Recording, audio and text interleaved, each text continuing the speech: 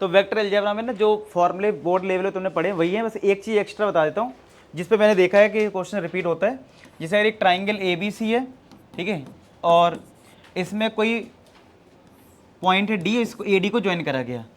अब इससे रिलेटेड बहुत सारे क्वेश्चन बन सकते हैं। कैसे कि तुमसे हो सकता है ए डी की लेंथ पूछ ले, ठीक है, या ये डी पॉइंट ही पूछ रहे तुमसे। तो इस केस में क्या होगा, तुम्हें अगर इस डी पॉइंट को पता करना है तो करना क्या, उस केस में तुम्हें एक चीज दे रखी होगी, जो ए डी है ना वो एंगल ए का बाइसेक्टर, यानी कि ये एंगल और ये एंगल क्या है, इक्वल है। तो ऐसे केस में तुम याद रखना एक बाइसेक्टर थ्योरम होती है जो 10th क्लास में होती थी, वो भी डिलीटेड सिलेबस में थी, मतलब तुम लोग ने भी शायद नहीं पढ़ा होगा वो बाइसेक्टर थ्योरम। वो मिसलेनियस एक्सरसाइज में था ट्राइंगल में, उस टाइम 3 साल पहले था। तो तुमने नहीं पढ़ा था बाइसेक्टर थ्योरम, नहीं पढ़ा था ना। हाँ, तो बाइसेक्टर थ्योरम में क्या होता है कि अगर इस एंगल का बाइसेक्टर हुआ है तो A B upon A C, A B upon A C is equal to होता है, ए बी के साइड कौन सी है, बी डी, तो बी डी लिख दो इधर, अपॉन ए सी के साइड में इधर सी डी है तो इधर सी डी लिख दो, यानी ये रेशियो सेम होता है। इससे फायदा क्या हो गया, अब मान लो ए और बी पॉइंट दे रखा, डिस्टेंस फॉर्मूले से ए भी आ जाएगा, ए डिस्टेंस फॉर्मूले से ए सी आ जाएगा। तो अगर मुझे ये दोनों लेंथ पता है तो मुझे बी डी और सी डी का रेशियो मिल जाएगा। तो मैं सेक्शन फॉर्म लगा सकता हूँ, मिड पॉइंट फॉर्म लगा सकता हूँ, वो जो भी होगा। अगर दोनों की लेंथ सेम होगी तो मिड पॉइंट फॉर्मूले से डी पॉइंट आ जाएगा। नहीं, किसी भी ट्राइंगल के लिए, मतलब ये चीज़ जो है वो किसी भी ट्राइंगल के लिए वैलिड है। अगर कोई एंगल, और लिख दो ये एंगल बाइसेक्टर थ्योरम है तुम्हारे पास, angle bisector theorem, angle bisector theorem, ठीक है। तो क्या होता है इसमें, अगर ये एंगल इक्वल है, दोनों बाइसेक्ट हो रहा है एडी, तो ए बी अपॉन ए सी जो है वो B D upon D C है। अगर तुम्हें बी डी और डी सी का रेशियो मिल जाएगा तो मेरे पास सेक्शन फॉर्मूला भी है सॉल्व करने के लिए, मिड पॉइंट फॉर्मूला भी है सॉल्व करने के लिए, ठीक है। तो हम इनको यूज कर सकते हैं। और क्या क्या प्रॉपर्टी पता होना चाहिए, सबको पता है सरकम सेंटर क्या होता है, ऑर्थो सेंटर क्या होता है, सेंट्रॉइड क्या होता है। तो मैं एक बार थोड़ा वो भी रिवाइज करवा दूं, ठीक है। पहले ये नोट करो,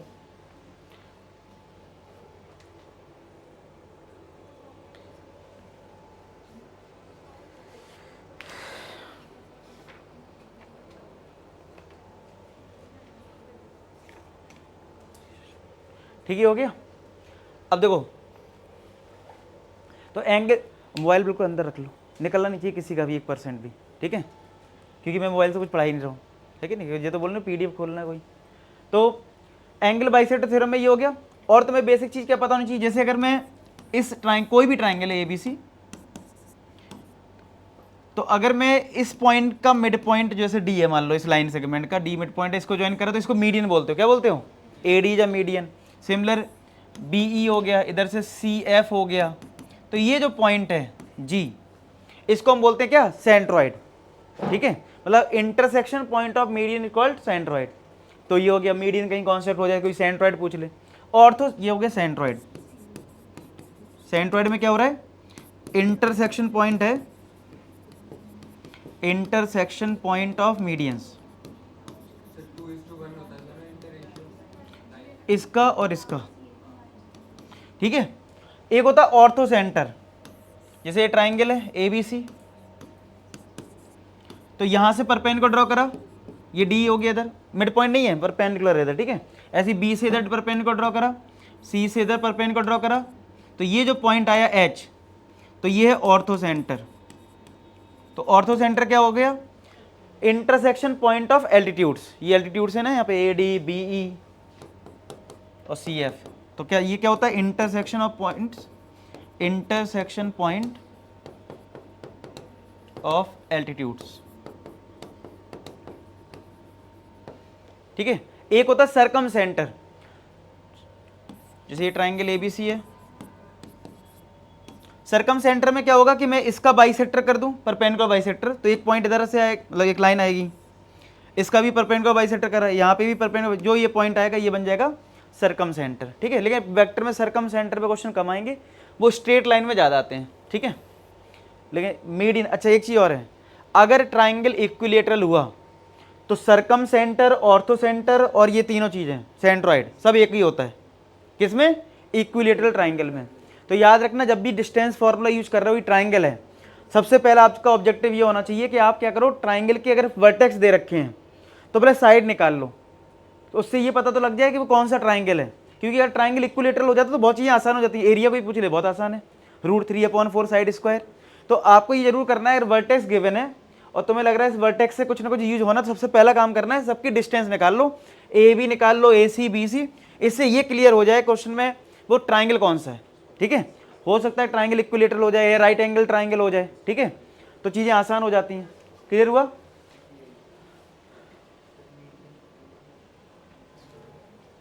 हो गया नोट बेस चीजें। ठीक है, अब देखो इस क्वेश्चन को समझो, क्या लिखा था फर्स्ट क्वेश्चन में, क्या लिखा है, let the position vector A B C. ये पोजीशन वेक्टर है, पोजीशन वेक्टर से पॉइंट तो लिख ही लोगे ना, जैसे ये 2i 2j k है तो क्या हो जाएगा 2,2,1, तो इन्हें हम पॉइंट लिख सकते हैं। तो जैसे मेरे पास ए बी सी एक ट्राइंगल हो गया, ए बी और ये सी, तो ए पॉइंट हम लिखना चाहें तो क्या लिखेंगे 2,2,1, बी लिखना चाहूं तो क्या लिखूंगा 1 2 2, तो बी हो गया 1 2 2,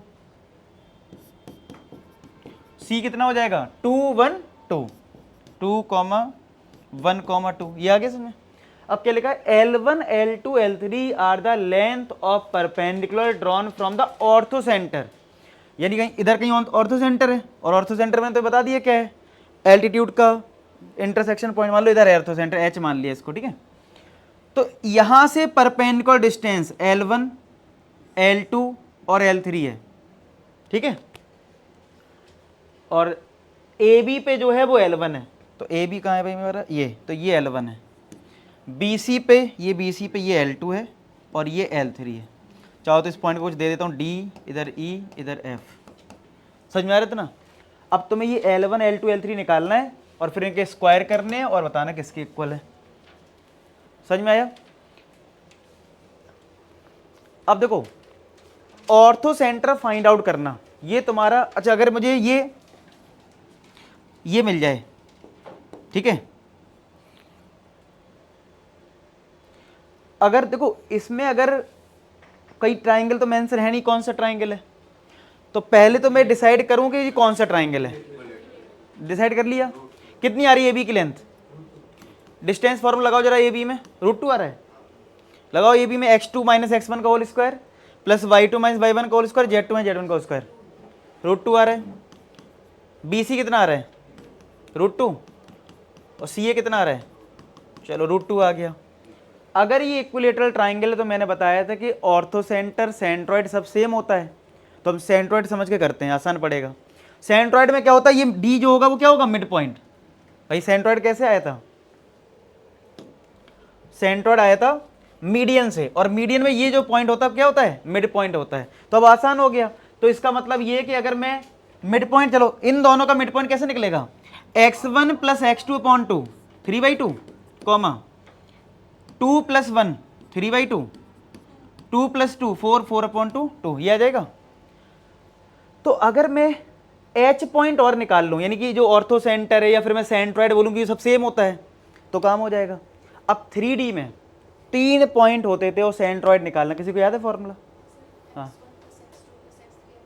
हाँ, सेंट्रॉइड का फॉर्मूला सिंपल होता है, x कोऑर्डिनेट सारे ऐड कर दो /3, y कोऑर्डिनेट सारे ऐड कर दो, तो मैं इस h पॉइंट को बड़े प्यार से निकाल सकता हूँ। देखो लिख देता हूँ, x1 + x2 + x3/3 कितना आएगा 5/3, फिर 2 + 2 4, ये भी 5/3, फिर ये भी 5/3।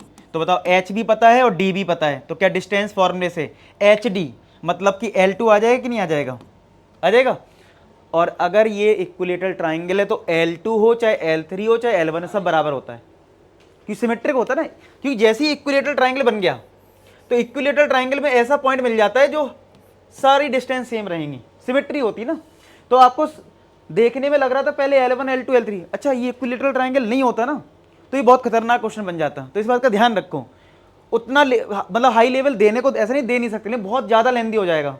उस केस में पहले तुम्हें ऑर्थो सेंटर के लिए ढूंढना पड़ेगा, ठीक है। और ऑर्थो सेंटर वो स्ट्रेट लाइन में जब मैं करवाऊंगा उस टाइम बताऊंगा कैसे निकलता है, थोड़ा लंबा प्रोसेस रहता है। पहले इक्वेशन निकालो, फिर 2 पॉइंट का इंटरसेक्शन निकालना पड़ जाएगा, थोड़ा लंबा प्रोसेस होगा। तो वो कोशिश ये करेंगे कि उतना ज़्यादा लेंदी ना दें, तो पक्का कोई ट्राइंगल वो इक्विलेटरल या आइसोसेलेस ट्राइंगल दे देंगे या राइट एंगल ट्राइंगल दे देंगे, इससे वो आसान रहे थोड़ा। तो चलो बताओ L2 कितना आ जाएगा डिस्टेंस फॉर्मूले से, √2 अब ये x1 हो गया, ये x2 हो गया, 3/2 माइनस 5/3 का होल स्क्वायर प्लस 3/2 माइनस 5/3 का होल स्क्वायर प्लस 2 माइनस 5/3 का होल स्क्वायर। चेक करो कितना आएगा यहाँ से L2, 3/2 और ये स्क्वायर स्क्वायर करने के बाद चेक करना सब लोग, 3/2 आ रहा है।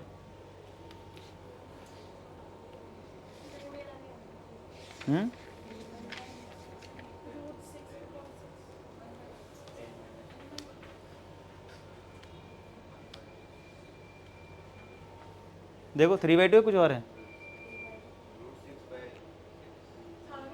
√6/6। चेक करो, √6/6 आ रहा है यार। ठीक है, अब मैं इसकी कैलकुलेशन करूंगा भी नहीं, ठीक है, क्योंकि अब यही सिखाता रहा हूँ, प्लस माइनस करना, यही काम बच्चा है। मतलब जेई का पेपर आ गया, मैं सिखा रहा हूँ। अच्छा, यहाँ पे 2 और 3 का एलसीएम कितना होता है 6, और फिर उसका स्क्वायर कर रहा हूँ, फिर ऐड कर रहा हूँ, ठीक है।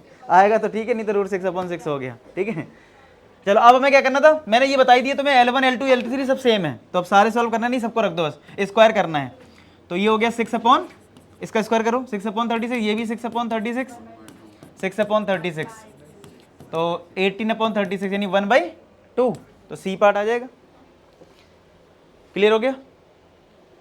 और लेटेस्ट क्वेश्चन है लास्ट ईयर, ये ईयर नहीं लिखा क्या इसमें, ये 2024 का क्वेश्चन अभी जो, अच्छा चलो कोई नहीं, मैं लिखता जाऊंगा जिस ईयर का भी होगा। शुरुआत के सारे 2024 की हैं।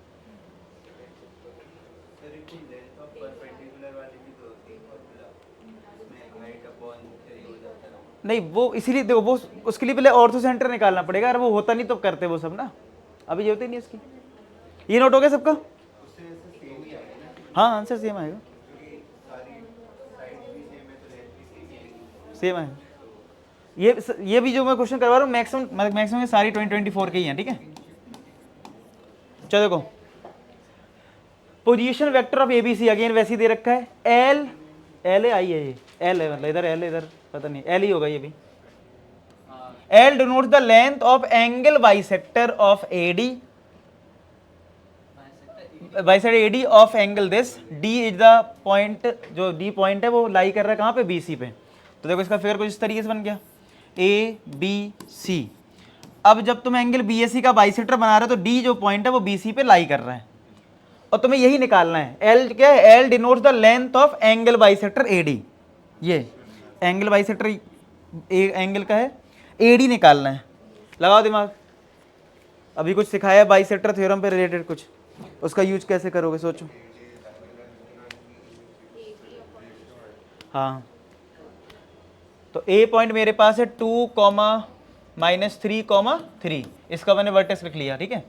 ये हो जाएगा 2,2,3, बी 2,2,3, सी हो जाएगा ये -1,1,3, -1,1,3।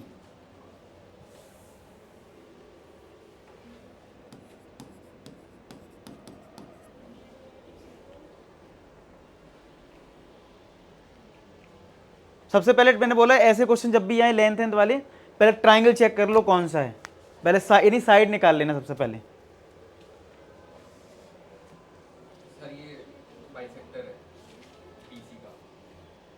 डी पॉइंट मतलब लेंथ इक्वल आ रही कि निकालना जरा, ए बी कितना आ रहा है, कितना आ रहा है तुम्हारा 5 आ रहा है, और ए सी कितना आ रहा है, ए सी 5 है। तो देखो मैंने क्या रूल बताया था बाइसेक्टर थ्योरम का, A B upon A C, A B upon A C किसके equal, B D upon D C.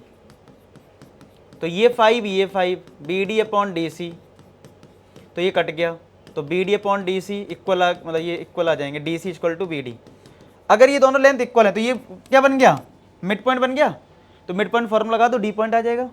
तो डी पॉइंट कितना हो गया देखो, x1 प्लस x2 अपॉन 2 यानी 2 - 1 1/2, 2 + 1 3/2, 3 6/2 3 आ गया। अब डी आ चुका है, ए पॉइंट पता ही है, लगा दो डिस्टेंस फार्मूला ए और डी में, तो तुम्हें एल मिल जाएगा, क्योंकि एल क्या था, denote the length of angle bisector, A D निकालना है। निकालो ए डी डिस्टेंस फार्मूले से, डी पॉइंट हमारा है 1/2, 3/2, 3 1/2, 3/2, 3।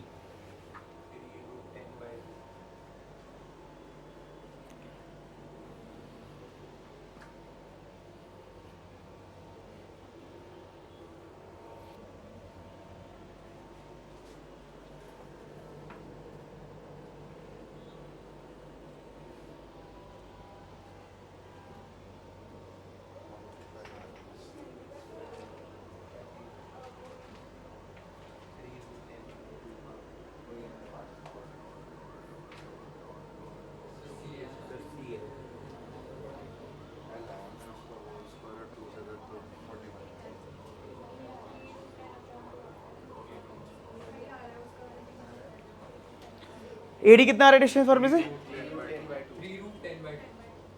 3√10/2 ये एडी आ रहा है। अब मुझे क्या करना है, 2l² निकालना है, यानी इसको स्क्वायर भी करना है। तो 9√10 का 10 हो गया अपॉन 4, तो ये कट गया 2 और ये 5, 45 सी पार्ट। ठीक है, समझ में आ रहा है?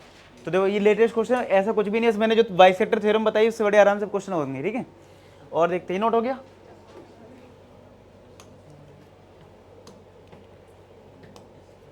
ये भी तुम्हारा 2024 का ही है। करो पहले तुम लोग ट्राई करो, तुम्हें क्या समझ में आ रहा है इसमें।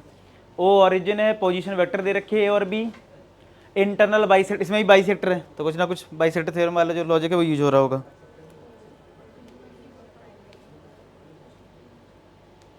इसमें भी लेंथ बतानी है OC।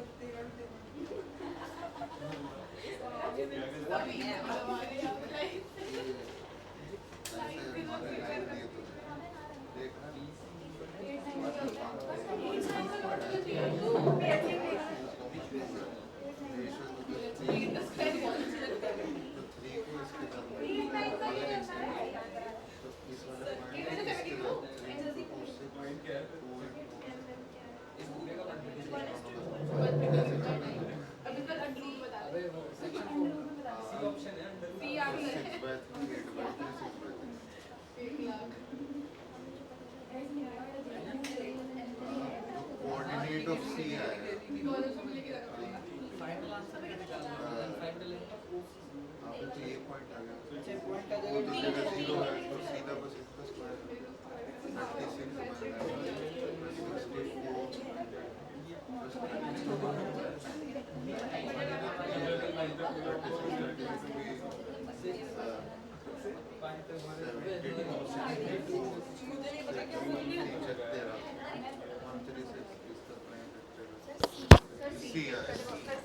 सी हो गया,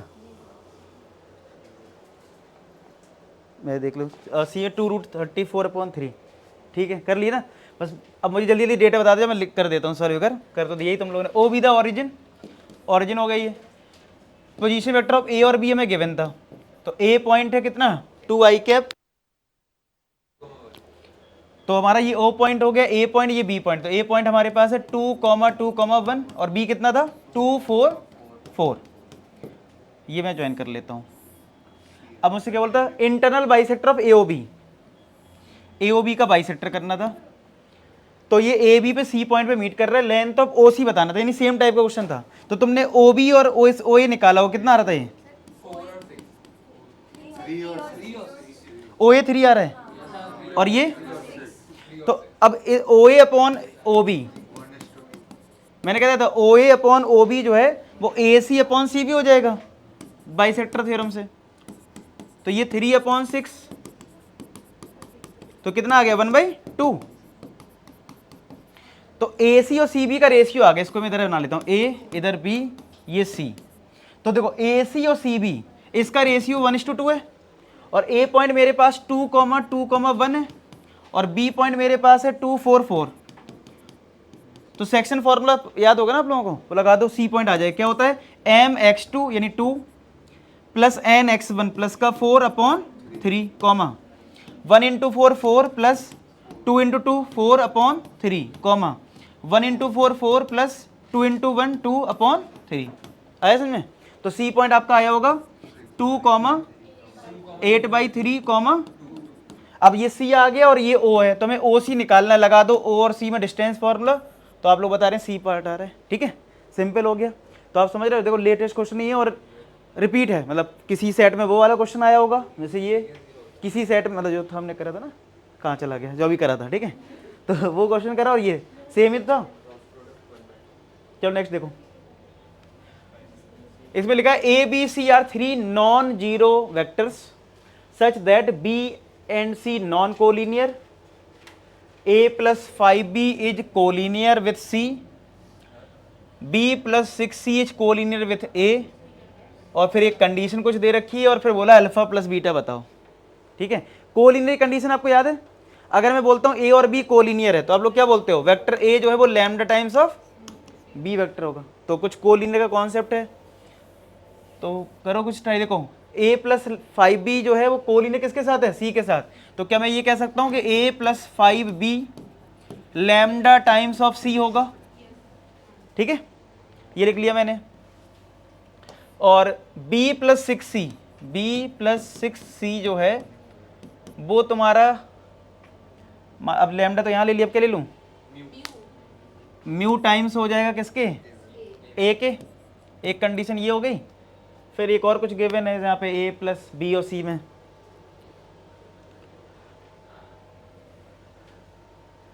अब क्या करोगे बताओ, क्या लगता है क्या होना चाहिए।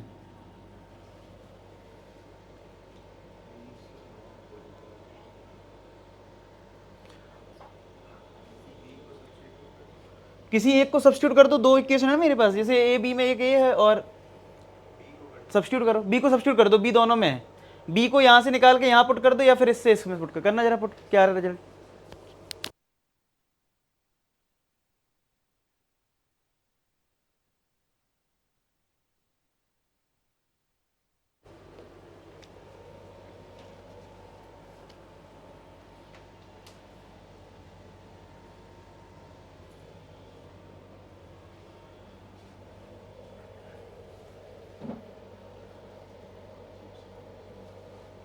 एक मिनट करना, बी को मत पुट करना, क्योंकि यहाँ पे बी एंड सी में कंडीशन दे रखी है, तो बी सी का तो हम यूज कर लेंगे ना। ए को पुट करिए, ए को पुट करो, यहाँ ए निकालो यहाँ से और यहाँ रखो। ए के लिए कितनी आएगी, ए इक्वल टू आएगा लैम्डा सी माइनस का 5b, तो यहाँ से b vector plus 6c vector equal to mu, A की वैल्यू है लैम्डा सी माइनस का 5b।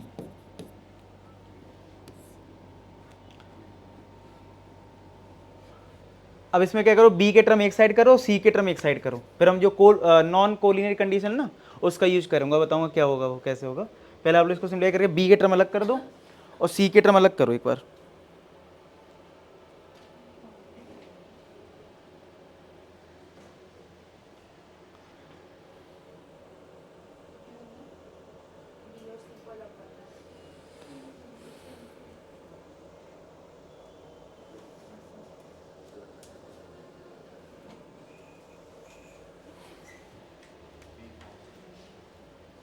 तो b plus 6c equal to lambda mu c minus 5 mu b।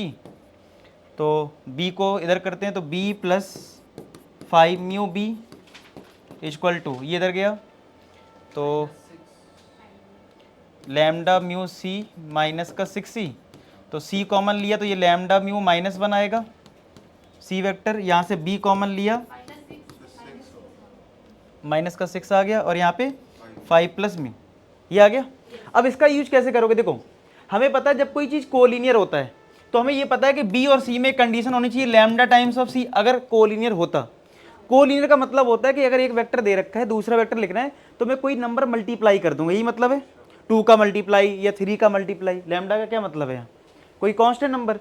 तो अगर मुझे पता है कि बी और सी जो है वो नॉन कोलिनियर हैं, इसका मतलब इनमें आपस में कोई कंडीशन नहीं होगी, मतलब 2 का मल्टीपल भी नहीं होगा, 3 का भी मल्टीपल नहीं होगा, -1 का किसी का मल्टीपल नहीं होगा। इसका मतलब ये बिल्कुल डिफरेंट होगा और ये बिल्कुल डिफरेंट होगा। समझ रहे बात को। अगर ये दोनों डिफरेंट और बीच में इक्वल टू का साइन है, यानी इन दोनों को इक्वल करना ही करना है, तो एक ही कंडीशन तो पॉसिबल होगी, जब हम इस रिजल्ट को भी 0 कर दें और इस रिजल्ट को भी क्या कर दें 0। भाई अगर मैं तुमसे बोलूं 3 और 5 है, ये मुझे पता है कि दोनों डिफरेंट हैं और मैं कह रहा हूं इक्वल करो, तो इसका तरीका क्या होगा, इसके साथ मल्टीप्लाई में जो होगा वो क्या होना चाहिए 0 होना चाहिए। बात समझ में आया। जब ये दोनों बिल्कुल डिफरेंट हैं बी और सी, तो फिर एक ही तो केस बच रहा है कि जिसमें 0 कर दो, ठीक है तो कर लो 1 प्लस, ये समझ में आया ना स्टेप। तो 1 प्लस 5 म्यू को कर दिया 0, तो म्यू की वैल्यू कितनी आ जाएगी 1/5, और इसको करो 6 mu, sorry lambda mu minus 6 को 0 करना, और लैम्डा म्यू पुट करके दो, लैम्डा कितना आ रहा है -30, तो लैम्डा म्यू पुट करने बता रहे हो -30 आ गया, तो ये हो गया म्यू, ये हो गया लैम्डा। अब बस इधर लैम्डा रख दो, तो ए बी सी में जो रिलेशन आएगा ना यहां से कंपेयर हो जाएगा अल्फा बीटा। यहां रख दो लैम्डा के वैल्यू, ए प्लस का 5b इक्वल टू लैम्डा कितना है हमारा -1/5 सी। चाहो तो इसमें म्यू रख दो, एक ही बात है, अल्टीमेट ए बी सी में कंडीशन लानी है। 5 का मल्टीप्लाई करो तो 5a 25b, ये माइनस सी आएगा तो प्लस का सी हो जाएगा इक्वल टू 0। करो compare, a plus alpha B, तो b के साथ क्या है यहाँ पे 25, तो अल्फा कितना हो गया 25, बीटा सी है तो यहाँ पे अच्छा लैम्डा -30 है, अरे ये -30 सी, इसको इधर लाओ, तो a प्लस 5b प्लस का 30c। अब करो कंपेयर, तो अल्फा हो जाएगा, देखो b के साथ अल्फा है, अल्फा हो गया 5, बीटा कितना हो जाएगा 30, तो ऐड करना था अल्फा प्लस बीटा 35 आ जाएगा। ठीक है, आया समझ में। तो यहाँ से हमारी कोलिनियर और नॉन कोलिनियर दोनों रिवाइज हो गए। ठीक है, तो अगर कोलिनियर आ जाए वो तो पता ही था पहले से, लैम्डा टाइम्स होता है कोई नंबर मल्टीप्लाई, और अगर नॉन कोलिनियर तो हम इस कॉन्सेप्ट का भी यूज कर सकते हैं। ठीक है,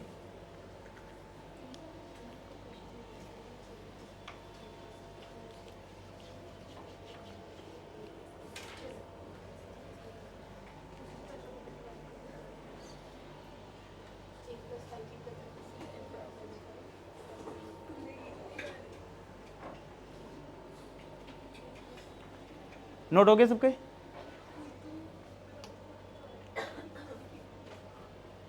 अब ये एंगल पे बेस्ड क्वेश्चन आ गया, ठीक है। एंगल का क्वेश्चन आएगा तो हमें पता है क्या है, A dot B equal to mod A mod B cos theta, याद है। डॉट प्रोडक्ट का फॉर लॉजिक लग सकता है, ए डॉट बी क्या होता है, mod A mod B cos theta. अब देखो कैसे अप्लाई होगा। एक बोला एक यूनिट वेक्टर है जो एंगल बनाता है 60 degree with this vector and 45 degree with this vector B C, और वो सी वेक्टर है, ठीक है। फिर हमें सी वेक्टर प्लस दिस निकालना है, यानी सी को पहले फाइंड आउट करना है। तो आप लोग क्या करना, सी वेक्टर कुछ एज्यूम कर लो, एक्स आई कैप प्लस का वाई जे कैप और जेड के कैप। अब आपका टारगेट ये होना चाहिए एक्स वाई जेड कैसे आएगा, ठीक है। अब लगाओ जो कंडीशन है, एंगल का मैंने बता ही दिया, डॉट प्रोडक्ट करना होगा, ठीक है। क्या, हाँ सी यूनिट वेक्टर भी है, लेट आई यूनिट वेक्टर, तो ये यूनिट वेक्टर भी है, यानी इसका मैग्नीट्यूड कितना होगा 1। करो,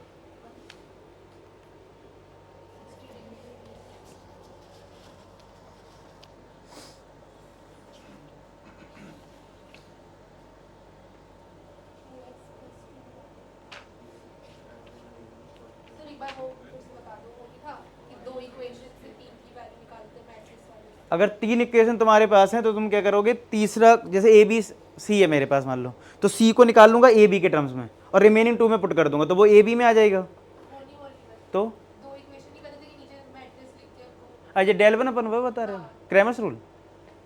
3 इक्वेशन होती थी, हाँ अच्छा समझ गया, ए बी सी लिखो, यहाँ पे ए को हाइड कर लेना, बी और सी के कोफिशिएंट यहाँ लिखना, फिर बी को हाइड करके ए और सी वाले इधर लिख देना, और फिर इधर ए बी के लिख देना, फिर डिटरमिनेंट ले लेते हैं इनका।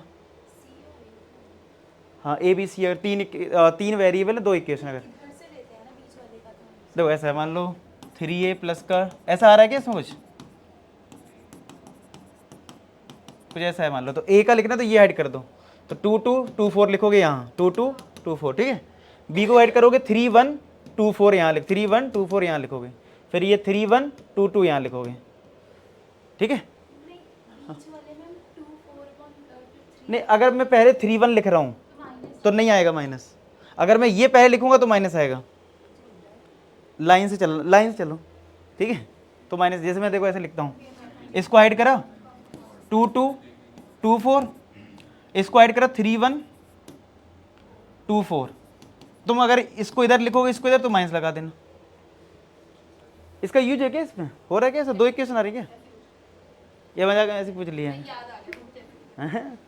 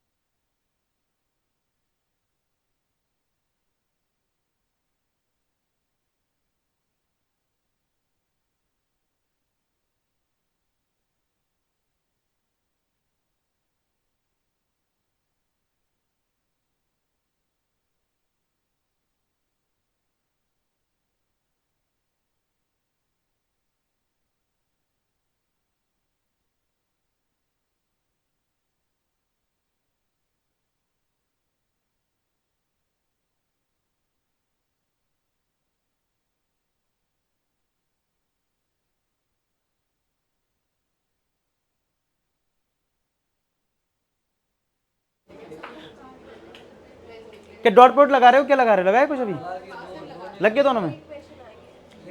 देखो सी का इस वेक्टर के साथ एंगल कितना है 60, तो वो जो मैंने फॉर्मूला बताया कि A dot B equal to होता है mod A mod B cos theta, इस लॉजिक का अगर हम यूज करें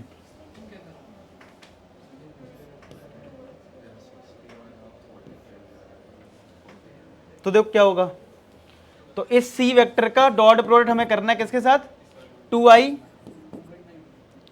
प्लस 2j कैप माइनस का k कैप।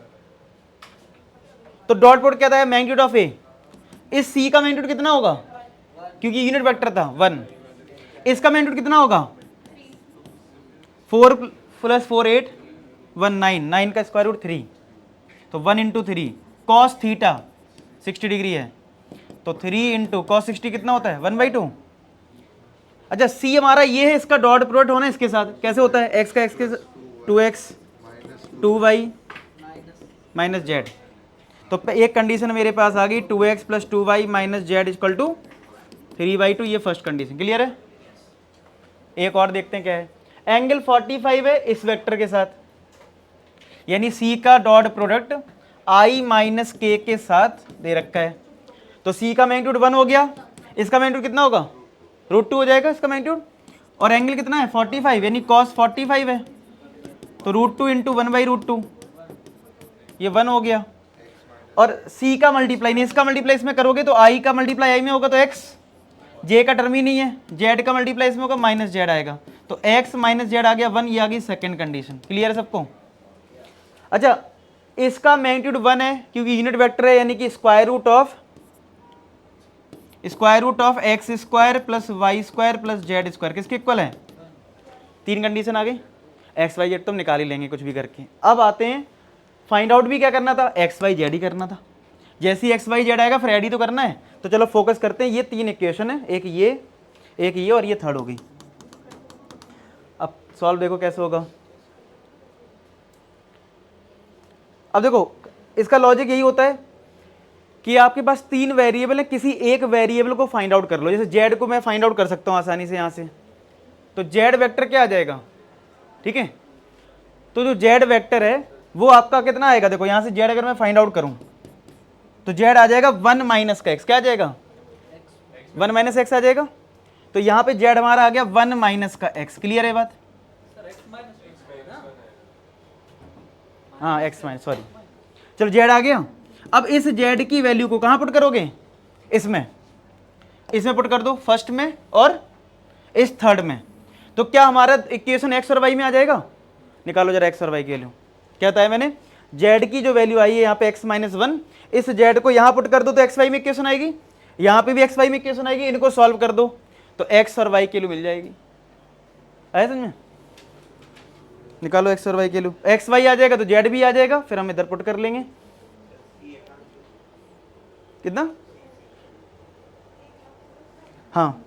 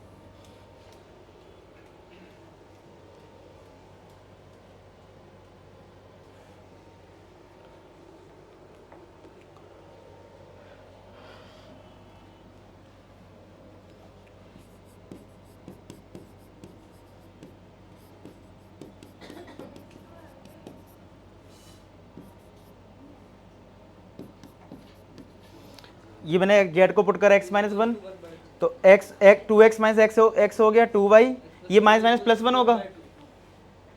अच्छा 1 माइनस हो जाएगा वहाँ, तो 1/2 आ जाएगा ना। तो एक कंडीशन देखो एक्स वाई में ये आ गई। अब इसमें पहले स्क्वायर बोथ साइड कर देता हूँ तो ये रूट हटे, तो यहाँ से कितना हो जाएगा ये एक्स स्क्वायर प्लस का वाई स्क्वायर प्लस का जेड स्क्वायर इक्वल टू 1। अब जेड की रिपोर्ट कर देता हूँ तो x square plus Y square plus Z के लिए एक्स माइनस 1 का होल स्क्वायर इक्वल टू 1। तो x square plus X square Y square और ये हो जाएगा एक्स स्क्वायर प्लस 1 माइनस का 2x इक्वल टू 1। 1 से 1 कैंसिल हो गया और कुछ बचा। अब तो ये हो गया 2x स्क्वायर प्लस का वाई स्क्वायर माइनस का 2x इक्वल टू 0। अब यार क्या करो, यहां से क्या पुट कर दूं बताओ, y क्रॉस मल्टीप्लाई कर दो सबसे पहले तो इसको 2 का मल्टीप्लाई करो 2x प्लस का 4y इक्वल टू 1। ठीक है, अब यहां से सब्स्टिट्यूट कर देते हैं y को, तो x में क्वाड्रेटिक बन जाएगा और x में क्वाड्रेटिक बनेगा तो फॉर्मूला लगाना पड़ जाएगा, लग रहा है मिडिल टर्म्स पे होने वाले नहीं है इसमें। ठीक है, ये मैथ करवाएगा क्वेश्चन। ठीक है, कहेगा इतनी जल्दी नहीं आएंगे, पूरा लगाओ। ठीक है, चलो तो y को सब्स्टिट्यूट कर रहा हूँ। ठीक है, तो यहाँ से y के लिए कितनी आएगी 1 माइनस का 2x अपॉन ये इधर गया 4 डिवाइड में ना, इसको पुट करूँ 2x स्क्वायर प्लस y के लिए 1 माइनस का 2x upon 4 whole square minus 2x equal to 0।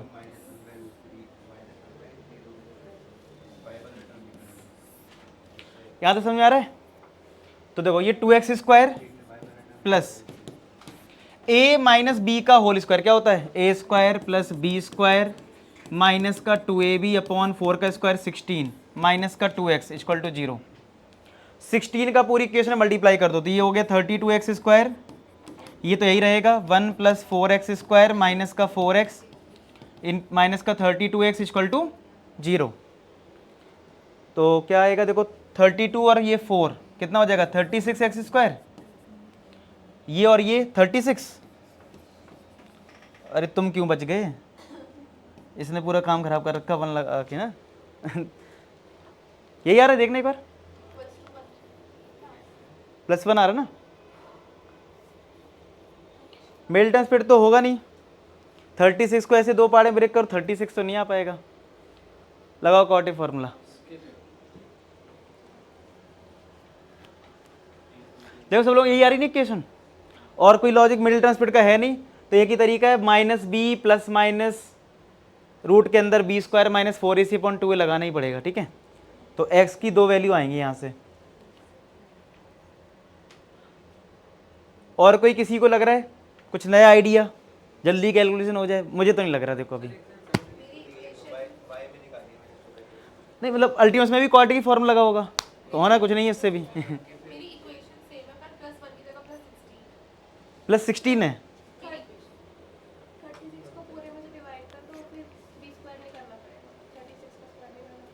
देखो वाह, वो कहीं ना कहीं घूम फिर के और डिवाइड करने से कैलकुलेशन रहेगी, फिर बाद में तो एलसीएम लेना पड़ेगा जब 4ac करोगे। ठीक है, चलो अप्लाई करते हैं। तो देखो x इक्वल टू क्या आएगा माइनस बी, तो प्लस का 36 हो जाएगा प्लस माइनस रूट b का स्क्वायर यानी 36, कितना स्क्वायर होता है 36 4096 करना एक बार 36 का स्क्वायर, 36 का स्क्वायर करो जरा फटाफट,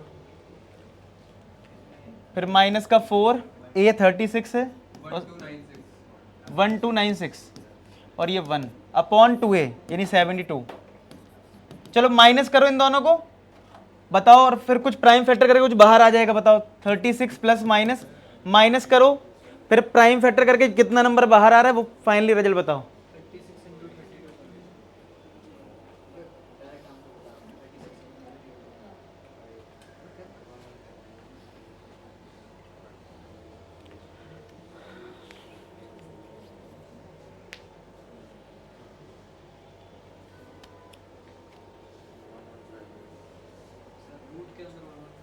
रूट के अंदर कितना आ रहा है 1152। प्राइम फैक्टर करो, जितना बाहर आ जाए फिर कुछ कटेगा ना।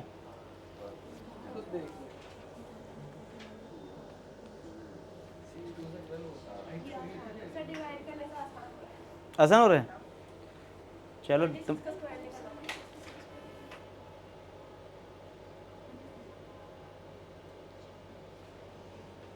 हम तो फंस गए ना स्क्वायर करके, वो 36 लेके, ठीक है। सर पूरा आएगा 1/2 प्लस माइनस √3/2। कम कहाँ से बता रहे हैं, आंसर बता रहे हैं, आंसर नहीं था सॉल्व सर। इसी स्टेप का बता इसी को सॉल्व करके मत x इक्वल टू 36 तो ये हो गया, प्लस माइनस ये कितना आएगा, जब अलग अलग ले लोगे तो 1/2 अलग अलग मुझे ये बताओ रिजल्ट। हाँ जस्ट स्मार्ट में तो ज़्यादा 24 चेक करो, ये 24√2 आ रहा है क्या, 72 देख लो जरा। अगर 24 कॉमन मिला यानी कि हमें 12 मतलब 12 कॉमन मिल जाएगा इन दोनों में।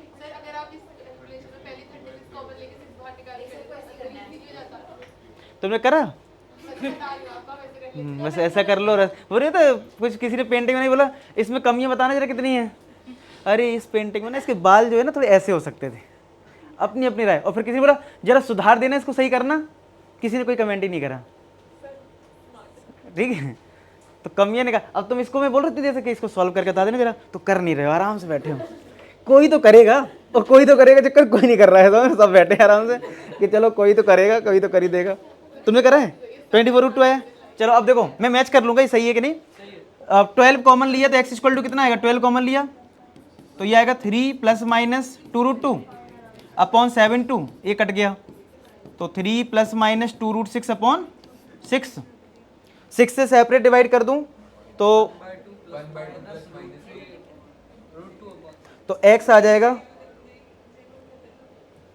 x आ जाएगा देखो 1/2 प्लस माइनस 1/3 रूट से, यही आ रहा ना एक 2√2 आएगा 2√6 कर दिया आपने 2√2 ओके। ये √2 है तो ये √2 रहेगा। अब ठीक है, हाँ यही आ रहा है 1/2 प्लस माइनस 1/3√2। क्लियर हुआ, समझ में आ गया इतना।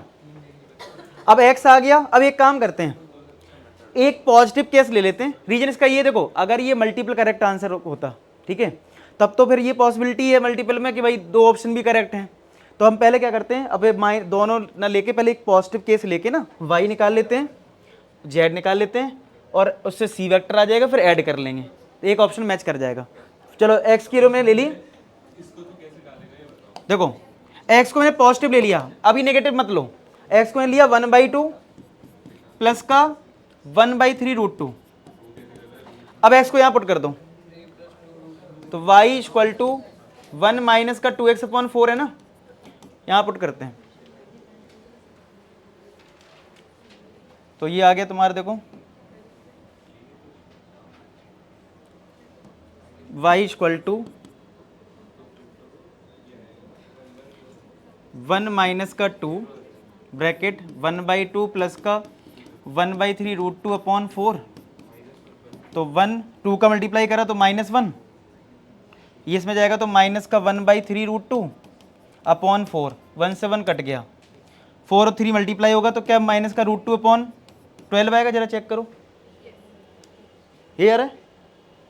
तो y मिल गया फाइनली अब हमें। अब हम z निकालते, z हमारा कितना था x-1, तो z हमारा था x-1।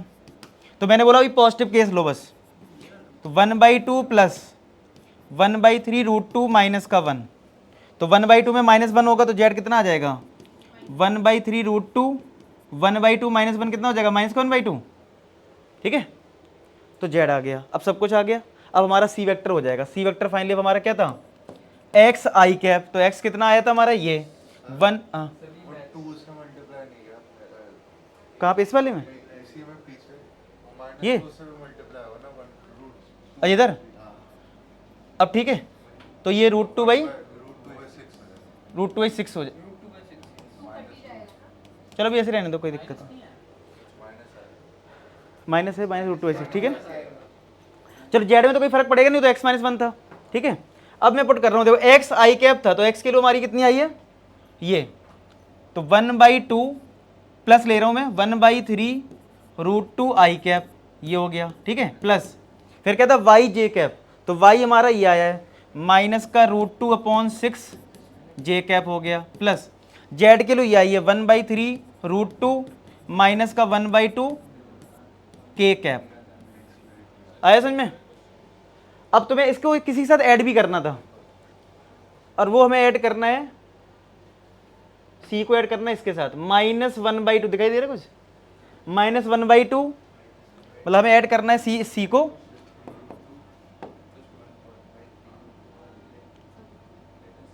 रुके जाते हैं, इस सी को मुझे ऐड करना है माइनस का 1/2 आई कैप प्लस का 1/3 √2 जे कैप और माइनस का 2/3 के कैप के साथ। अब इन दोनों को ऐड करना है, तो देखो जब ऐड करोगे 1/2 से 1/2 कट जाएगा, तो ये बचेगा √2/3 आई कैप। अब मैं डायरेक्ट आंसर लिख रहा हूं, तो यहां से आया √2/3 आई कैप। क्लियर है? देख लो, इन दोनों को ऐड करा, 1/2 से 1/2 कट गया। चलो अब इस पे आते हैं, ये तो पूरे कैंसिल हो जाएगा, क्योंकि 6 का मतलब है 2 × 3, √2 कटेगा तो √6 आएगा, मतलब यही आएगा, 3√2 ही आएगा, चेक कर लो चाहे, इसको लिख दो 2 × 3, 2 को लिखा √2 × √2, एक √2 कट गया तो यही तो आएगा, तो ये तो कट गया, जे का कोई टर्म ही नहीं होगा। ऑप्शन कोई ऐसा है जिसमें जे का टर्म ना हो? देखो एक ही ऑप्शन है सी वाला जिसमें जे का कोई टर्म नहीं है, तो आप कोई नहीं भी सॉल्व करोगे चलेगा। आया समझ में? करना कर लेते हैं, जैसे ठीक है, ये 2/3 माइनस का है, ये 1/2, ये आपस में कर लो, और ये √2 वाला टर्म अलग रहेगा, ठीक है। देख लो कितना आंसर आ रहा है। क्लियर हुआ?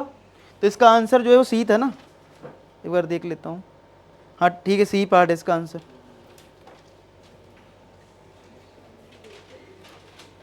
ठीक है, इनकेस आंसर मैच नहीं करता, ये भी समझ लो, मान लो अब ये तो चलो इसके लिए ठीक है, तो हम लोग फिर नेगेटिव वाला केस भी सॉल्व करते हैं। अगर ये ओनली 1 करेक्ट है, ठीक है, ओनली अगर 1 करेक्ट है तो ठीक है, चलो पॉजिटिव से सॉल्व करा, आंसर अगर मैच कर रहा है कोई तो फिर ठीक है, उसको आंसर दे दिया। नहीं मैच करता तो फिर हमें दूसरा ऑप्शन भी चेक करना पड़ता है, नहीं ये नेगेटिव वाला, ठीक है।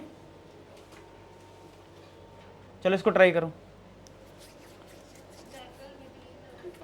थीटा जो है angle between vectors over line A and B, this A और बी के बीच का एंगल है मतलब थीटा, और a + b a - b है परपेंडिकुलर 14, ये तुम्हारा मतलब सिंपल है क्वेश्चन, करो ट्राई, जल्दी आंसर निकालो इसका।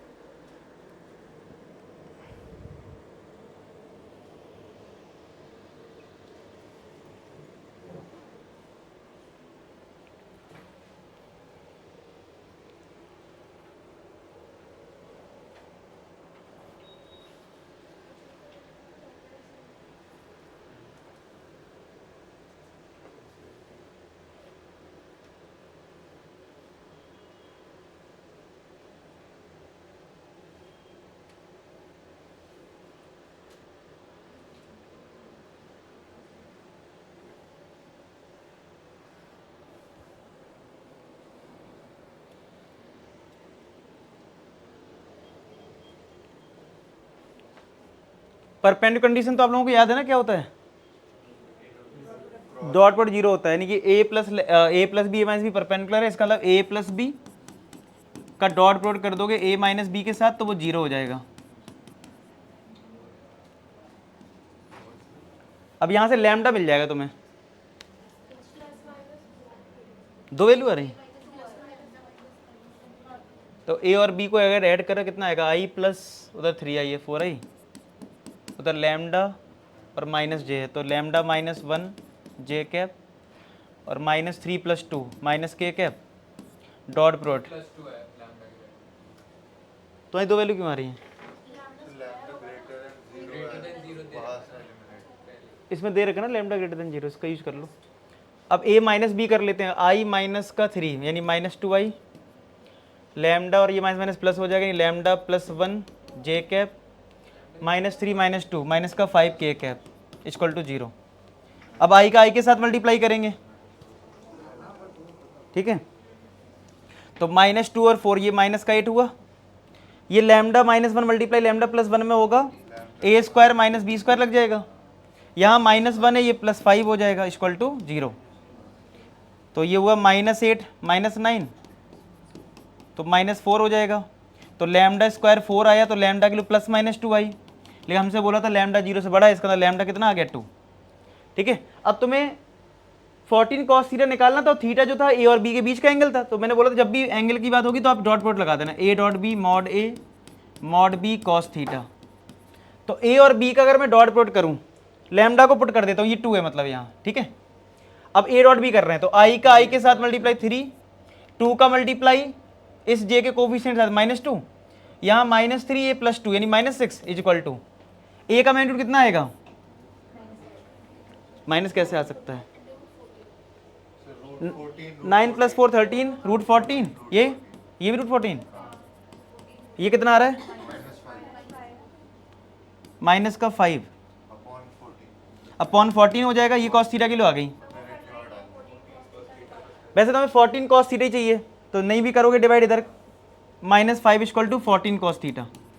अब तुम्हें इसका क्या करना है, स्क्वायर करना है, तो कितना आ जाएगा माइनस 5 का स्क्वायर हो जाएगा 28। देखो सिंपल क्वेश्चन बिल्कुल आ जाता है। एक ऐसा भी क्वेश्चन करा था तो सिंपल, लेकिन कैलकुलेशन बहुत थी, तो यही बोलते ना पेपर लेंथी हो गया, तो हमें कौन से 25 क्वेश्चन करने जाना है, समझ रहे हो, हमें ढूंढना है कि हम कौन से क्वेश्चन जल्दी कर सकते हैं, उनमें सिलेक्ट करना है, ठीक है। वो तब करना है जब टाइम तुम्हारे पास बहुत है, अब कुछ आ ही नहीं रहा है, तो करना है कंप्लीट, तो भाई उसको करना है कंप्लीट, ठीक है। चलो इसको ट्राई करो, कहाँ पे फर्स्ट देखो, क्वाड्रेंट जैसे होता है एक्स वाई प्लेन में, जब 3D आता है तो ऑक्टेंट बोलते हैं, तो फर्स्ट ऑक्टेंट मतलब जैसे पहला क्वाड्रेंट बोलते हो, इधर ऑक्टेंट बोलोगे, ठीक है। हाँ, जैसे मान लो ये प्लेन हो गए, तो 4 इधर हो गए 4 पीछे,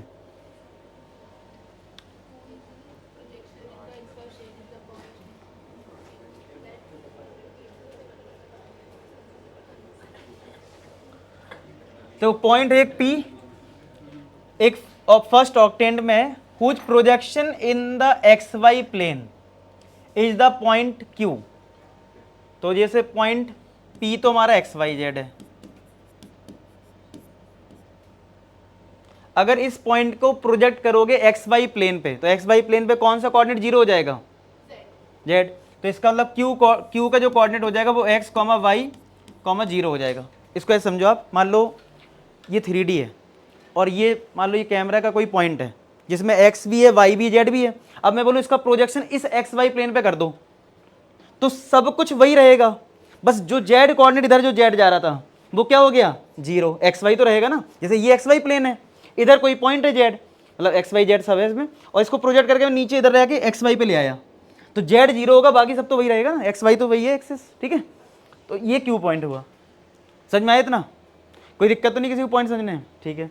तो Q पॉइंट तक पहुंच गए। बोला OP की जो लेंथ है, यानी ऑरिजिन, O हमारा ऑरिजिन होगा, हाँ ये देखा है वो ऑरिजिन, ठीक है। तो जो OP है यानी ऑरिजिन की लेंथ इस P पॉइंट से, वो गामा है। अच्छा चलो निकाल लेते हैं डिस्टेंस, O तो हो गया 0 0 0, OP कितना आएगा, square root of x2 minus x यानी x square plus Y square plus Z square equal to, square both side कर दो तो एक रिजल्ट आ गया मेरे पास। अब देखते हैं इसका कहाँ यूज होगा, ठीक है, समझ में आया इतना, आगे बढ़ते हैं। The angle between OQ and the positive X axis be theta, ठीक है। एंगल बिटवीन OQ, अच्छा एक्स एक्सिस की डायरेक्शन क्या होती है आई कैप, तो इसका मतलब OQ जो वेक्टर है इसका आई कैप के साथ जो एंगल है वो कितना है, थीटा है। समझ में आ रहा है, यानी मैं OQ डॉट आई कैप निकालूंगा तो ये मतलब मॉड ये और मॉड भी कॉस थीटा लगा दूंगा, ठीक है, वहाँ से वही कंडीशन निकलेगी। तो चलो ओ क्यू वेक्टर भी निकाल लेते हैं। अगर ओ मेरा 0 0 0 0 है, ओ क्यू कितना आएगा, वेक्टर की बात कर रहा हूँ पहले, x2 माइनस x1 आई कैप। चलो मैं पहले ओ क्यू वेक्टर लिख लेता हूँ। क्या मेरा ओ क्यू वेक्टर जो है वो आ जाएगा, देखो x2 माइनस x1 यानी x I cap plus Y J cap और जेड के, तो जीरो ही है, इतना ही आया बस, क्योंकि ये तो जेड जीरो ही है, 0 माइनस 0 0। तो ओ क्यू वेक्टर तो ये है। तो इस वेक्टर का आई कैप के साथ हमें डॉट प्रोडक्ट करना होगा और एंगल क्या लेना होगा, थीटा। बात समझ में आ रहा है? तो चलो लेते हैं एक्स आई कैप प्लस का वाई जे कैप का डॉट प्रोडक्ट आई कैप के साथ, तो क्या होगा, मैग्नीट्यूड ऑफ दिस, इसका मैग्नीट्यूड कितना हो जाएगा, square root of plus Y square, इसका मैग्नीट्यूड कितना होता है 1 कॉस थीटा। यहाँ तो समझ में आ रहा है? तो आई का आई के साथ बस मल्टीप्लाई होगा तो यहाँ पे एक्स आएगा और ये root X square plus Y square cos theta, कुछ ऐसा रिजल्ट आया अभी तो यहाँ पे, इसको ऐसे ही छोड़ दो अभी तो, ठीक है।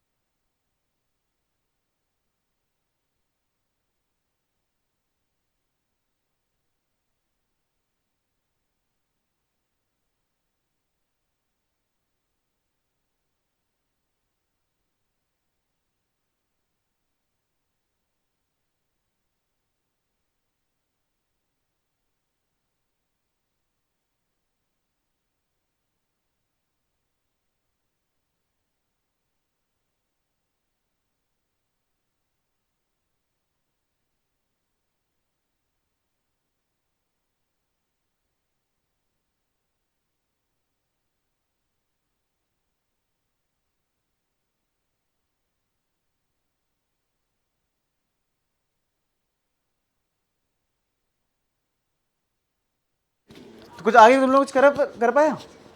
बातें तो कर ली ना। चलो ओ क्यू कहाँ तक हम लोग कर लिया था? इधर तक हो गया था। अब लिखा था ओ क्यू जो है angle between O Q and positive X, ये तो अच्छा हो गया इधर तक। Angle between O P, O P find out कर लेते हैं। ओपी ये है, तो ओपी वेक्टर क्या आ जाएगा हमारा?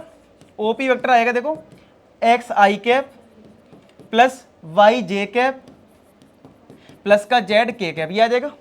अब इस ओपी वेक्टर का एंगल किसके साथ? जेड एक्स के साथ, तो जेड क्या होता है? के कैप। तो इसका एंगल हमें के कैप के साथ लेना होगा, वो कितना है? दे रखा है। एंड द एंगल बिटवीन, एक मिनट कुछ मिसिंग है क्या? एक मिनट देख लेता हूँ।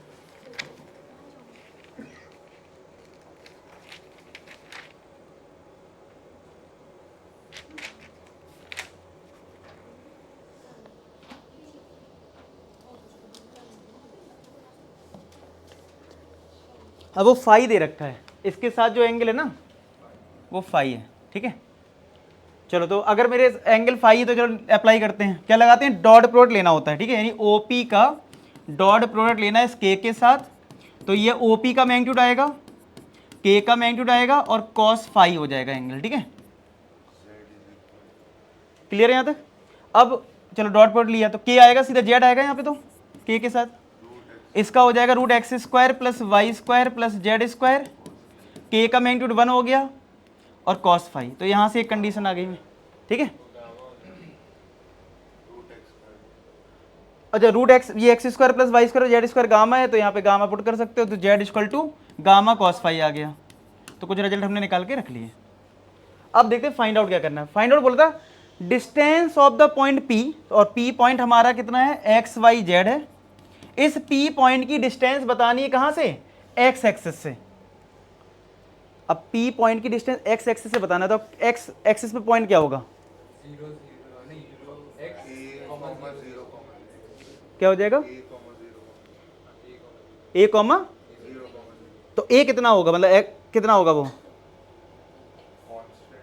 देखो ये समझो देखो, ये पॉइंट पी है, मान लो नीचे एक्स वाई प्लेन है, नीचे इस टेबल को मान लो, तो ये पॉइंट नीचे गया, ये एक्स एक्सिस है। तो हुआ क्या होगा? अगर ये एक्स वाई प्लेन है तो एक्स वाई तो कुछ रहेगा, ठीक है। और यहाँ पे जो पॉइंट हमारा एक्स एक्सिस पे होगा, इतना हमें पता है कि एक्स एक्सिस पॉइंट क्या होगा, क्योंकि ये एक्सिस की बात कर रहा है, प्लेन की बात नहीं कर रहा, सॉरी। यहाँ पे एक्सिस लिखा है, not plane. X Y plane नहीं है। जैसे ये एक्सिस है ना, तो इस एक्सिस पर, इस एक्स एक्सिस पे वाई कोऑर्डिनेट और जेड कोऑर्डिनेट क्या होगा? 0। तो पहले तो मैं ये जो एक्स एक्सिस पॉइंट मान लो एम मान लिया इस पॉइंट को, तो मुझे पता है वाई कोऑर्डिनेट जेड कोऑर्डिनेट क्या होगा? 0। अच्छा ये पॉइंट में जितना भी एक्स होगा उतना ही इधर एक्स होगा, समझ रहे हो बात को? जैसे इसको एक एग्जांपल समझाता हूँ 9th क्लास से। जैसे ये मान लो 2,3 है, मैं बोलूँ ये एक्स एक्सिस पॉइंट है, तो बताओ इधर एक्स और इधर एक्स सेम नहीं होगा? वाई 0 हो जाएगा, तो वही सेम कॉन्सेप्ट। तो इसका मतलब है ये एक्स है तो ये भी एक्स हो जाएगा कि नहीं हो जाएगा? अब लगाओ जरा डिस्टेंस फॉर्मूला, तो क्या आ जाएगा? Square root of P M निकालना है, square root of x2 minus X में 0 हो गया, ये Y square plus Z square आएगा। अब जेड के लिए तो देखो ये दे रखी है, और वाई हमारे पास कहाँ है? कहीं नहीं है, मतलब ये निकालना पड़ेगा कुछ, ठीक है। तो कर लेते हैं कुछ कैलकुलेशन। जैसे इधर स्क्वायर कर लो बोथ साइड, तो एक्स स्क्वायर इक्वल टू ये आया x square plus Y square cos square theta, ठीक है। ये आया कुछ, तो y इक्वल टू x sin थीटा आ जाएगा। कहाँ पे? इसमें सॉल्व करके कर लेते हैं सॉल्व। देखो एक्स स्क्वायर इक्वल टू ये इधर जाएगा तो x square cos square theta plus का Y square cos square theta, इसको इधर भेज दो क्योंकि दोनों एक्स स्क्वायर के टर्म है। तो ये आ जाएगा, इन दोनों में एक्स स्क्वायर कौन मिलेगा? तो आएगा 1 minus cos square theta equal to Y cos square theta. ये हो गया X square sine square theta Y cos square theta, सही है ना? एक कैलकुलेशन चेक करना सब लोग। पूरे में से रूट कर दो तो कॉस स्क्वायर से डिवाइड कर दो तो वाई स्क्वायर मिल जाएगा मुझे, X square tan square theta, तो वाई स्क्वायर आ गया एक्स स्क्वायर और ये टेन स्क्वायर, यानी x square tan square theta. Check करो ये स्टेप, ठीक है। तो मैं अगर वाई को ये पुट करता हूं X square tan square theta plus Z को ये पुट करा Y square gamma square cos square phi. कुछ ऐसा रिजल्ट आया। अब प्रॉब्लम देखो कहां पे है, आंसर जो दिख रहा है मुझे गामा में सिर्फ दिख रहा है, देखो गामा गामा गामा और एंगल में है थीटा फाई, तो थीटा फाई तो एंगल हमारे आ रहे हैं, एक्स फालतू आ रहा है ये। इसको देखो एक्स को हम गामा के टर्म में कैसे लिख सकते हैं, सोचो लगाओ दिमाग, एक्स को गामा के टर्म में कहीं है मेरे पास कोई कंडीशन? हाँ कौन सी ये कैसे करूंगा वाई, हाँ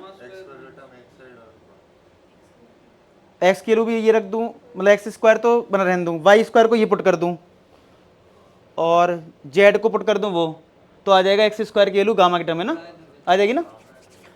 इसमें एक काम करो, थोड़ा सब्स्टिट्यूट कर लेते हैं। एक उसी कोई दिमाग लग रहा है जल्दी, देखो चलने के ऊपर है, कभी कभी क्या है कोई स्टेप जल्दी दिख रहा हो किसी को कि मुझे एक्स को हटाना है, कोई स्टेप दिख रहा है, इतने में से जितने स्टेप हमने करे हैं इसमें से मुझे जल्दी कहीं से एक्स की वैल्यू मिल जाए गामा के टर्म मिल सकती है क्या? मुझे जो अभी समझ में आ रहा है वो तो ये दिख रहा है कि वाई इधर पुट कर दूं तो ये एक्स स्क्वायर की टर्म हो जाएंगे और जेड को मैं ये पुट कर दूंगा तो ये गामा में हो जाएगा, तो एक्स जेड गामा की टर्म में आने लगेगा, तो फिर मैं यहाँ सब्स्टिट्यूट कर दूंगा। और किसी कोई स्टेप लग रहा है? कई बार ऐसा होता है, जरूरी नहीं है कि मुझे ही पहले स्टेप दिख जाए। हैं सिर्फ x के टर्म्स में निकाल के y और z को कुछ पुट करके देख लो, कुछ थीटा के टर्म्स का अगर हो जाए। नहीं, हमें आंसर तो गामा में लाना है ना पूरा। हाँ तो गामा तो उस साइड आ ही जाएगा, x square is equal to gamma square minus y square minus z square करके फिर वो गामा और z को कुछ थीटा के टर्म्स में अगर आ जाए तो हो जाएगा कुछ। तब भी फिर नहीं है, फिर वो वाई जब पुट करोगे एक्स के टर्म में दिक्कत कर जाएगा। चलो इसको करते हैं अभी जो समझ में आ रहा है। चलो इस वाली कंडीशन में हम वाई स्क्वायर पुट करते हैं, जेड स्क्वायर पुट करते हैं, तो कितना आएगा एक्स स्क्वायर, और कहीं किसी को लग रहा है तो बता दो, X square plus Y square, यानी ये हो गया X square tan square theta plus यहाँ पुट कर दिया एक्स स्क्वायर, ये हो गया वाई स्क्वायर, और जेड स्क्वायर कितना था ये गामा स्क्वायर कॉस स्क्वायर की वैल्यू आ रही है gamma square sin square theta upon 1 plus tan square theta, इसी में पुट करके ना। हाँ हाँ चलो इसको मैं कर ही रहा हूँ, इक्वल टू गामा स्क्वायर, तो इन दोनों में एक्स स्क्वायर कौन मिला, तो ये आया 1 plus tan square theta, sin square phi, ये उधर गया उस साइड तो गामा स्क्वायर कॉमन मिलेगा तो ये 1 बचेगा, और ये इधर आके कॉस स्क्वायर फाई हो गया, तो ये आया gamma square sine square phi, और एक्स स्क्वायर ये बन गया सेक स्क्वायर थीटा। ठीक है, समझ में आया इतना? तो एक्स स्क्वायर के लिए कितनी आ गई, gamma square sine square phi upon sec square theta, या फिर हम ऊपर ले जाएं तो कॉस स्क्वायर थीटा। ठीक है यहाँ तक? अब इसको पुट कर देते हैं यहाँ और देखते हैं आंसर आ रहा है कि नहीं। तो एक्स स्क्वायर को पुट करो यहाँ, तो ये पुट करा मैंने, तो gamma square upon sec square theta sine square phi plus gamma square cos square phi. Gamma square common ले लोगे तो गामा बाहर आएगा, ठीक है। ये बचा साइन स्क्वायर, ये ऊपर भेजोगे तो cos square theta sine square phi plus cos square phi. अब चेक करो कोई ऑप्शन मैच कर रहा है क्या? गामा ठीक है, प्लस के टर्म मुझे दो दिख रहे हैं, एक ये और एक ये, लेकिन दोनों में 1 है, और कॉस और साइन मल्टीप्लाई में है।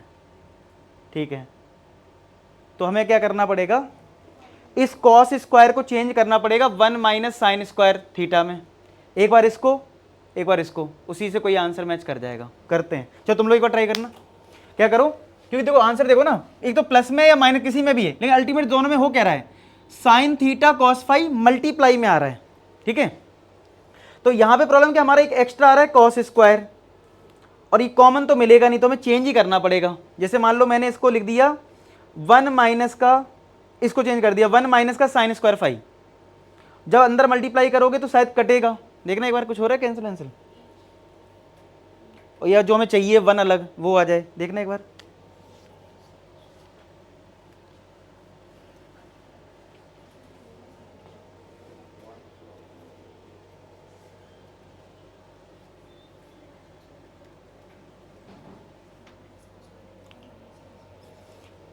इन्हीं को मैं से कुछ सिंप्लीफाई करके कोई ऑप्शन मैच करना चाहिए। आंसर तो चलो देख लेता हूँ क्या आ रहा है, फिर थोड़ा बाकी ट्राई करो।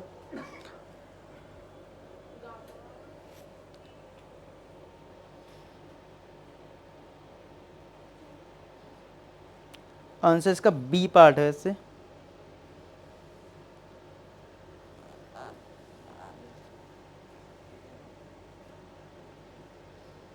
मतलब ये है, मतलब sine square phi cos square theta. देखो कैसे आ सकता है, साइन स्क्वायर फाई है कॉस स्क्वायर थीटा है, cos को साइन में डाला तो cos to eliminate होगा। हम्म, साइन से ना रहे, कैलकुलेशन तो कहीं गड़बड़ नहीं होगी।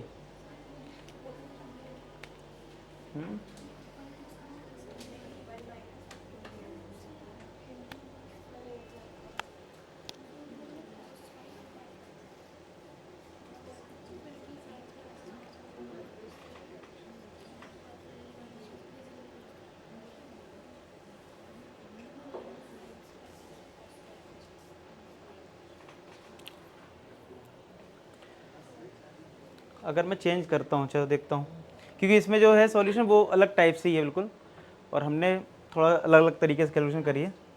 कोई नहीं, कोशिश करते हैं सी से आंसर निकालने के पहले।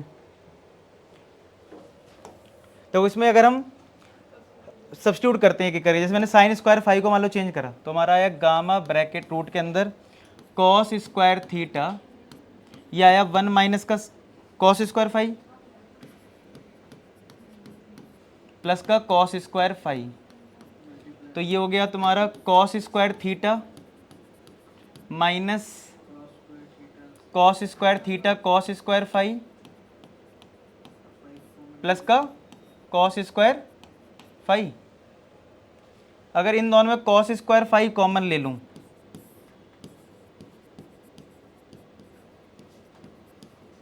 तो ये आएगा 1 माइनस का कॉस स्क्वायर थीटा, तो 1 माइनस कॉस स्क्वायर थीटा क्या हो जाएगा, साइन स्क्वायर थीटा।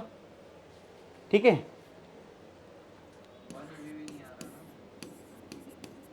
ये आ जाएगा cos square phi sine square theta, कुछ ऐसा आएगा, लेकिन अभी भी 1 नहीं आएगा।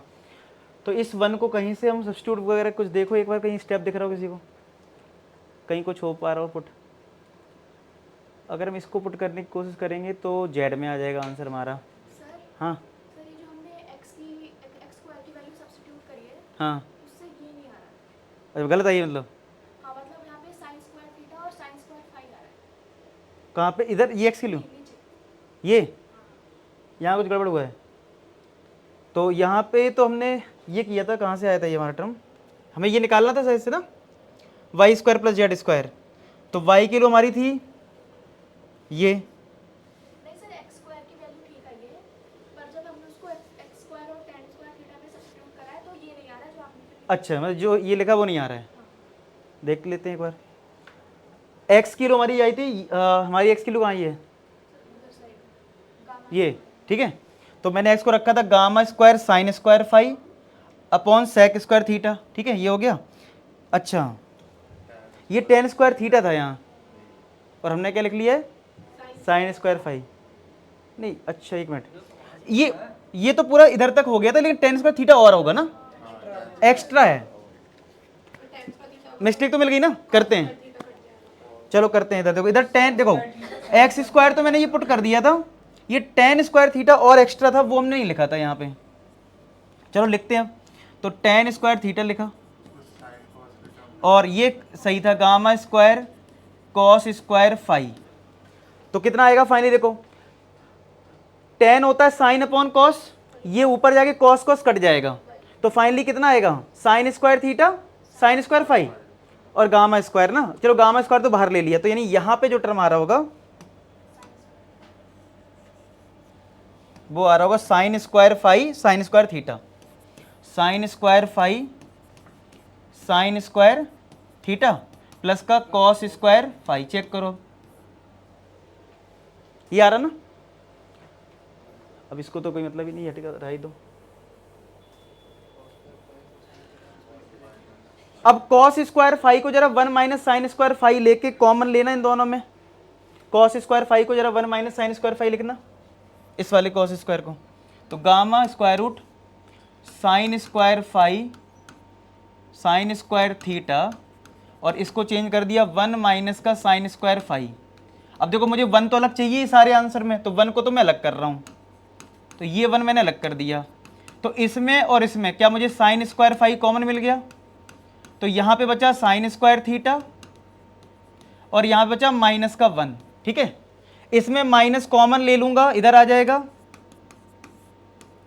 और 1 माइनस साइन स्क्वायर हो जाएगा कॉस स्क्वायर थीटा और ये तो है ही साइन स्क्वायर फाई। तो क्या आंसर आ गया, आ गया। तो हमने अगर हाँ मतलब ठीक है, अरे ठीक है, आया समझ में। तो कैलकुलेशन अलग तरीके से भी हो जाए, लेकिन अगर आपको मतलब ठीक है, आपको पता है कि आपने सही करा, थोड़ा चेक कर लो, क्रॉस चेक, तो आगे आंसर। ये नहीं कि अपने स्टेप बदल दो, जबकि इसमें मेरे पास दिख रहा था तो अलग तरीके से कुछ कर रखा था, लेकिन मुझे पता था हमने कहीं किया होगा तो मिस्टेक ही करी होगी कहीं। तो कैलकुलेशन थोड़ा सा क्रॉस चेक कर लिया करो, उससे आएगा देखो हमारा आंसर। ठीक है, इसी से आपका कॉन्फिडेंस बढ़ता है कि नहीं। मैं भी अगर इधर छोड़ देता हूँ, मैं बुक को पकड़ लेता कि चलो इसी मेथड से कर देते हैं सॉल्व जैसे दे रखा है, नहीं। अगर आपने किसी क्वेश्चन में अलग तरीके से कैलकुलेशन कर ली, उसको एंड तक ले जाने की कोशिश करो। कई बार आ भी जाएगा, कई बार नहीं भी आएगा, लेकिन अगर आपने एंड तक लेगा और आंसर आ गया, वो आपको नेक्स्ट लेवल कॉन्फिडेंस देता है। ठीक है, उसी से आपको थोड़ा सा रैंक इंप्रूव होती है। ठीक है, क्लियर हो गया क्वेश्चन।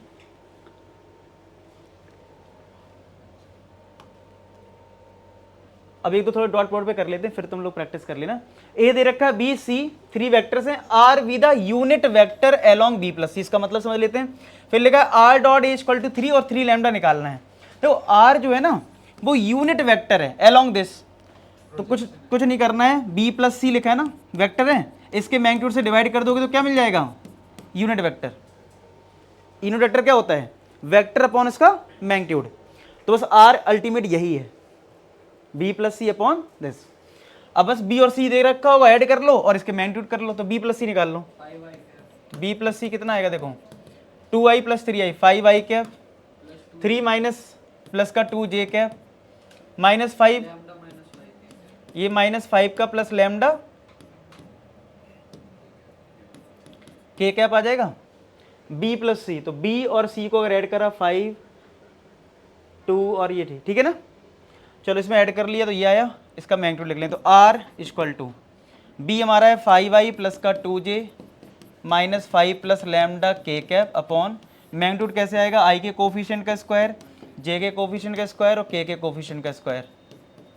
ठीक है, अब तुम्हें R डॉट ए तुम्हारा ये है, वो दे रखा है, तो आसान हो गया। R dot A equal to कितना है, 3 के इक्वल। तो चलो ये अब देखो मैं डायरेक्ट मल्टीप्लाई कर रहा हूँ। अच्छा नीचे वाला एक कांस्टेंट नंबर है, इससे ज़्यादा टेंशन लेना मत, वो नीचे लिख दूँ। ठीक है, कि डॉट में क्या हो जाएगा, बस आप न्यूमरेटर को देखो जिसमें आई जे है। तो देखो यहाँ पे 5i है, यहाँ पे 1 है, तो 5 आएगा, प्लस यहाँ पे 2 है, यहाँ पे भी 2 है, तो 2 इंटू 2 4 हो गया। यहाँ पे माइनस 5 प्लस लैम्डा है और यहाँ पे 3 है, और नीचे जो रूट में लिखा है देखा रहने दो, 5 square 2 square minus 5 plus lambda का होल स्क्वायर, और ये किसके इक्वल है। चलो फटाफट क्रॉस मल्टीप्लाई करके स्क्वायर स्क्वायर करके लैम्डा बताओ कितना आ रहा है। बस लैम्डा आ जाएगा तो 3 लैम्डी तो करना है, निकालो जरा आंसर तुम ही लोग।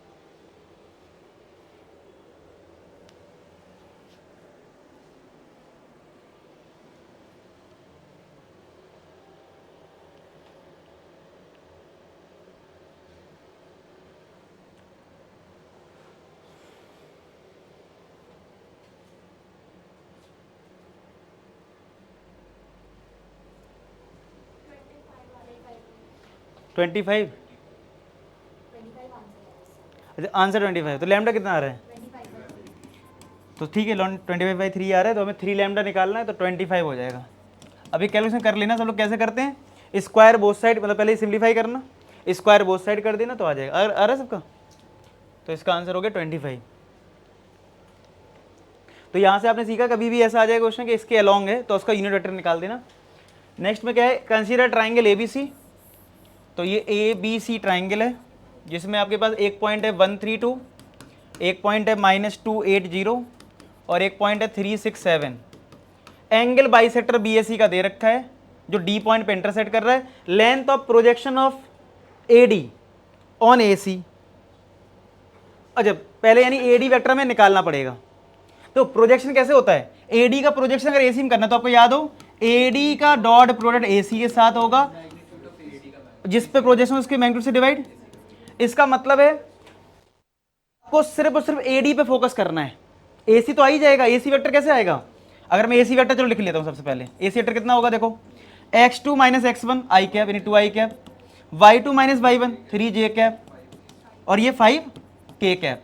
तो इसका मतलब जैसे ही तुम्हें D वेक्टर आए पॉइंट मिल जाए तो तुम AD वेक्टर भी लिख लोगे और AD वेक्टर जैसे ही आएगा तो ये फॉर्मूला लगा दोगे। क्लियर। अब आते हैं AD कैसे आएगा, तो ये हमने कर लिया।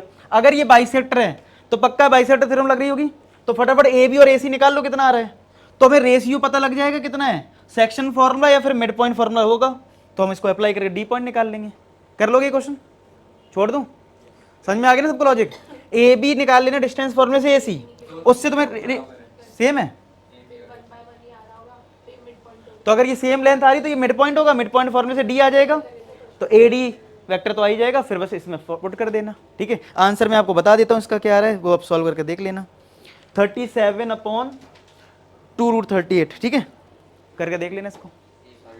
नेक्स्ट देखो क्या है, let angles unit unit vector this makes π/2 π/3 2π/3 with the vectors, थोड़ा सा यहाँ पे लैंग्वेज गड़बड़ है, विद द फ्रेंड आगे वेक्टर्स दिस रिस्पेक्टिवली। तो आप शॉर्ट में समझो कि जो u वेक्टर है उसका एंगल π/2 है इस पहले वाले वेक्टर के साथ, π/3 है इस दूसरे वाले वेक्टर के साथ, और फिर ऐसे तीसरे के साथ है। कहाँ पे, इस वाले में, हाँ वो तो जेड लिख लो। ठीक है, बस समझ रहे हो इसमें कैसे करोगे, ये हमने क्वेश्चन कर लिया। कैसे, इसका डॉट प्रोडक्ट ले लेना, इसके साथ एंगल दे रखा है XYZ में कंडीशन आएगी, फिर दूसरे साथ लेना, तीसरे के साथ फिर से 3 कंडीशन, और 3 कंडीशन सॉल्व करने तरीका बता रखा है कि मान लो एक कंडीशन से Z के लिए निकाल लेना XY के टर्म में और सब्स्टिट्यूट कर देना, तो वो जो हमने कर रखा है क्वेश्चन उसी टाइप का है। तो बस आपको जैसे ही XYZ मिलेगा नहीं U वेक्टर मिल जाएगा, U में से V को माइनस कर देना, V तो मैं दे ही रखा है ऑलरेडी, और फिर इसका मैग्नीट्यूड लेना है, हो जाएगा क्वेश्चन सॉल्व।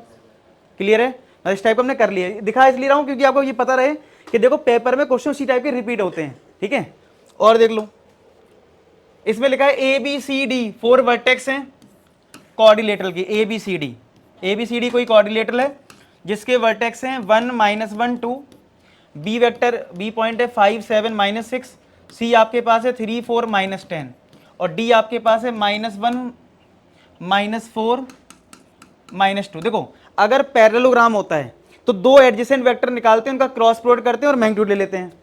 लेकिन कुछ अगर नहीं दे रखा है कोई पर्टिकुलर, तो आप क्या करना, डायगोनल निकाल लेना।